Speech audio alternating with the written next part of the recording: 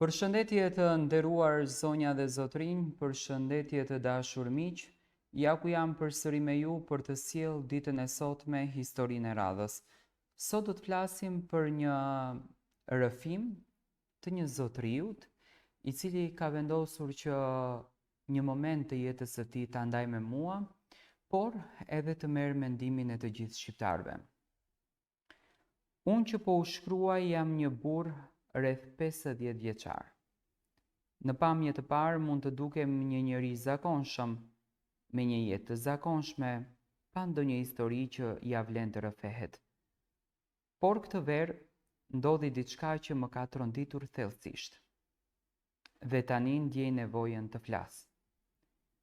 Jo se pres ndonjë zgjidhje, jo se kërkoj falje nga dikush, thjesht dua të lirohem. Se kjo që po mbaj brënda po më hap për dite nga pak. Jam i martuar që prej 23 vitesh. Kam një grua të mirë, të ndershme e shumë të qetë.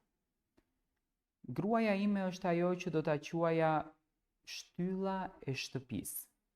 Ka rritur 2 fëmijë, ka sakrifikuar gjithçka për ne dhe s'ka kërkuar kur asgjë më shumë se pak dashuri dhe respekt.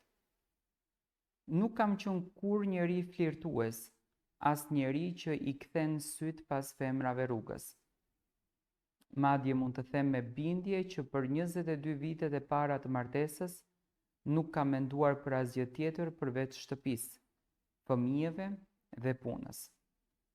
Ishte një jetë e thjeshtë, por e rregullt.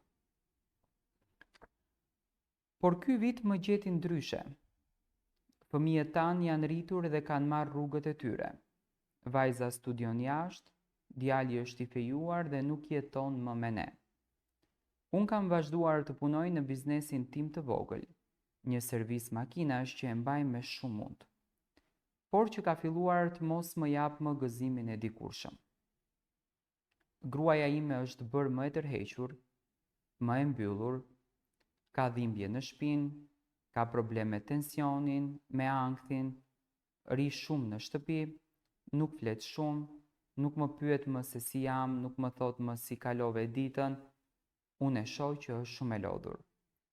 Ndoshta edhe e mërzitur nga vetjeta, por ndoshta edhe nga unë. Këtë verë për herë të parë, pas shumë kohësh ajo më tha: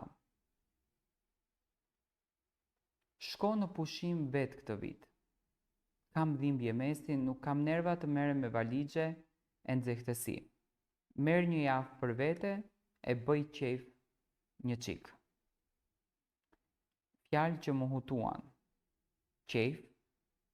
Çfarë qejfi bëhet në moshën 50 vjeçare? Edhe kur ishim të rinj, nuk kam bërë ndonjë qejf të madh. Pushimet për ne kanë qenë gjithmonë me qese ushqimesh, me fëmijët përdore, me buxhet të kufizuar. Por e mora si një shenjë, si një leje që ndoshta më duhej. Vendosa të shkoj 5 ditë në një qytet bregdetar në jug. Një vend i qetë, ku nuk kishte shumë turizëm masiv, por kishte ajër deti dhe një farë qetësie. Atje zgjodha një hotel jo luksos, por të rregullt. Fillimisht ditët më kalonin ngadalë. Zgjohesha në mëngjes, shkoja për një kafe vetëm, lexoja gazetat në telefon, dilja për një shëtitje buzë detit, por ndjehesha bosh, i haruar. Askush nuk më merrte në telefon, djali dhe vajza ishin në punët e tyre. Gruaja ime më dërgonte ndonjë mesazh her pas here, por e ndjeja që isha vetëm. Ditën e tretë, kur isha ulur në një kafene përballë plazhit, pash një grua që më ngjalli një ndjesi shumë të çuditshme. Ishte ulur 2 tavolina më tutje, me një libër në dorë dhe me flokët mbledhur lart, nuk ishte ndonjë bukuroshe si ato në Instagram, por kishte një hieshi të natyrshme, të heshtur dhe të pjekur. Diçka në sjelljen e saj më tërhoqi shumë. Më kujtoi atë ndjesinë që kisha haruar, kureshtjen, vëmendjen dhe të panjohurën. Nuk e dija si ta filloja një bisedë. Kur nuk kam qenë njeri që afrohet me gra.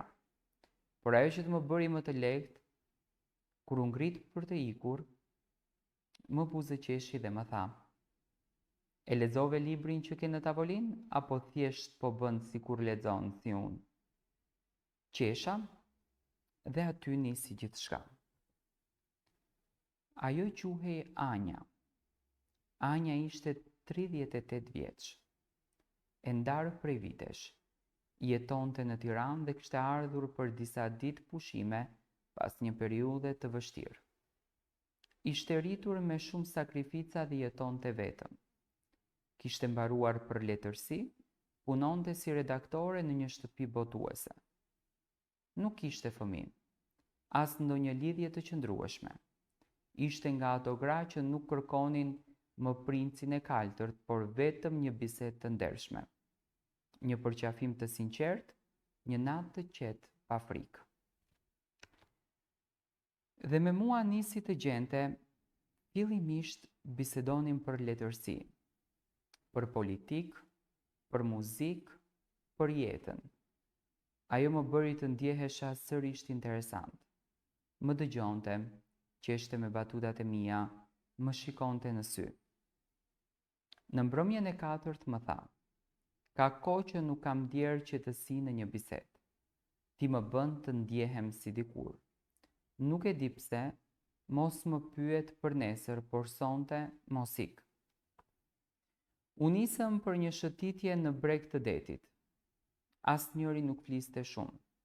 Kur ulëm në stol, ajo më kapi dorën. Më parë do t'isha ngritur me një herë, do t'isha ndjerë në faje, por atë natë thjesht unë nuk munda më. U puthë me pasion e me mall, me mungesë. Ajo natë nuk ishte thjesht një gabim. Ishte një natë ku dy njerëz që kishin humbur kuptimin u gjetën. Filluam të qanim të dy, pas asaj nate si fëmijë. Ajo më tha: "Nuk do të marr asgjë, nuk do të kërkoj asgjë, dua vetëm ta mbaj mend që edhe një herë ndjeva se mund të dua dikë." Kjo ishte momenti. Kur u ktheva në shtëpi, isha i coptuar. Asgjë nuk më dukej si më parë. Gruaja ime e ndjeu me një herë ndryshimin. "Je ndryshe," më tha. "S'të njoh më." Më kujtohej zëri i Anjës, buzëqeshja e saj, prekja, ngrohtësia, gjithçka që më mungonte në martesën time. Nuk mund të flija, nuk mund të buzëqeshja. Çdo mëngjes zgjohesha një boshllëk në shpirt. I shkrova Anjës një letër të gjatë në WhatsApp. Ajo më ktheu një përgjigje të thjeshtë. "Unë e di që të thyeva, por edhe ti më dhe shpresë. Të lutem jeto jetën tënde. Mos më kërko më. Lëri gjërat aty ku ndodhen. Në atë verë, në atë shtëpi, në atë puthje. Mos më bëj kujtim të hidhur. Sot jam një burr që nuk po gjen më paqe. Gruaja ime është aty, por nuk e shoh më si dikur. Nuk është faji i saj. Është faji i zbrastisë që ndjeva për shumë vite. Është faji i heshtjes që na ngriti mure. Është faji im që u gjeta kaq vonë me dikë që nuk e prisja. Nuk e di nëse kjo ishte dashuri, iluzion, krizë moshe apo thjesht një çmenduri, por e di që më tronditi rënjësisht. Nuk dua të ndahem, nuk dua të lëndoj gruan time, por nuk mund të vazhdoj të jem ky që jam. Kam filluar të shkruaj çdo ditë në një fletore për të mos harruar, por edhe për të mos u çmendur. Ky është rrëfimi im. Ndoshta do të më gjykoni shumë, ndoshta do të më quajnë tradhtar i dobët i çorroditur, por ndonjëherë jeta të rrëzon pa paralajmërim. Dhe një verë mjafton që të gjithë sistemin tënd moral ta shëmb një kështjell rëre. Nëse dikush ndjen të njëjtën gjë, dua t'i them këtë. Nuk je vetëm. Dhe ndonjëherë ndjenja nuk vjen për të mbetur, vjen për të treguar se je ende gjallë. Pas kthimit nga ato pushime, çdo gjë më dukej e zymt. Edhe shtëpia ime, e cila dikur më jepte qetësi, tani më dukej shumë e huaj. Gruaja ime më fliste me kujdes, por ndjehej që nuk isha më i njëjti. E ndjente ftohtësinë, distancën, mungesën e pranisë sime mendore. Nuk bër asnjë gabim tjetër, nuk e takova më anjën, por gabimi kishte ndodhur, jo në trup, por në shpirt. Dhe ky është mëkati më i vështirë për t'u larë. Ndonjëherë më kap paniku, e nëse ajo e merr vesh, nëse më flet fëmia, ndonjë ditë me përçmim në sy, e urej veten vetëm nga mendimi. Përpiqem t'i kthehem rutinës sime, punës, shtëpisë, detyrimeve. Por ajo pjesë e imja që u zgjua atë verë nuk flen më. Ndihem si dy njerëz në një trup të vetëm. Burri që duhet të jetë edhe burri që për pak çaste ndjeu një ndjenjë që nuk e kishte ndjerë kur më parë. Po e paguaj këtë verë me netë pa gjumë, me shikime bosh, në pasqyrë dhe me pyetje që s'marrin përgjigje. A do të haroj ndonjëherë? A do të më fal vetja ndonjë ditë? Ndoshta kjo ishte një krizë më kalimtare. Ndoshta ishte thjesht një shkundje që më tregoi se nuk po jetoja më me zemër të mirë. Por një gjë është e sigurt. Ajo grua, ajo natë, ajo ndjesi, më ndryshoi përgjithmonë. Nuk jam më ai që isha. Dhe tani gjithë çfarë mund të bëj është të mbaj këtë histori të gjallë brenda vetes, si një kujtim që më shkatroi dhe njëkohësisht edhe më zgjoi.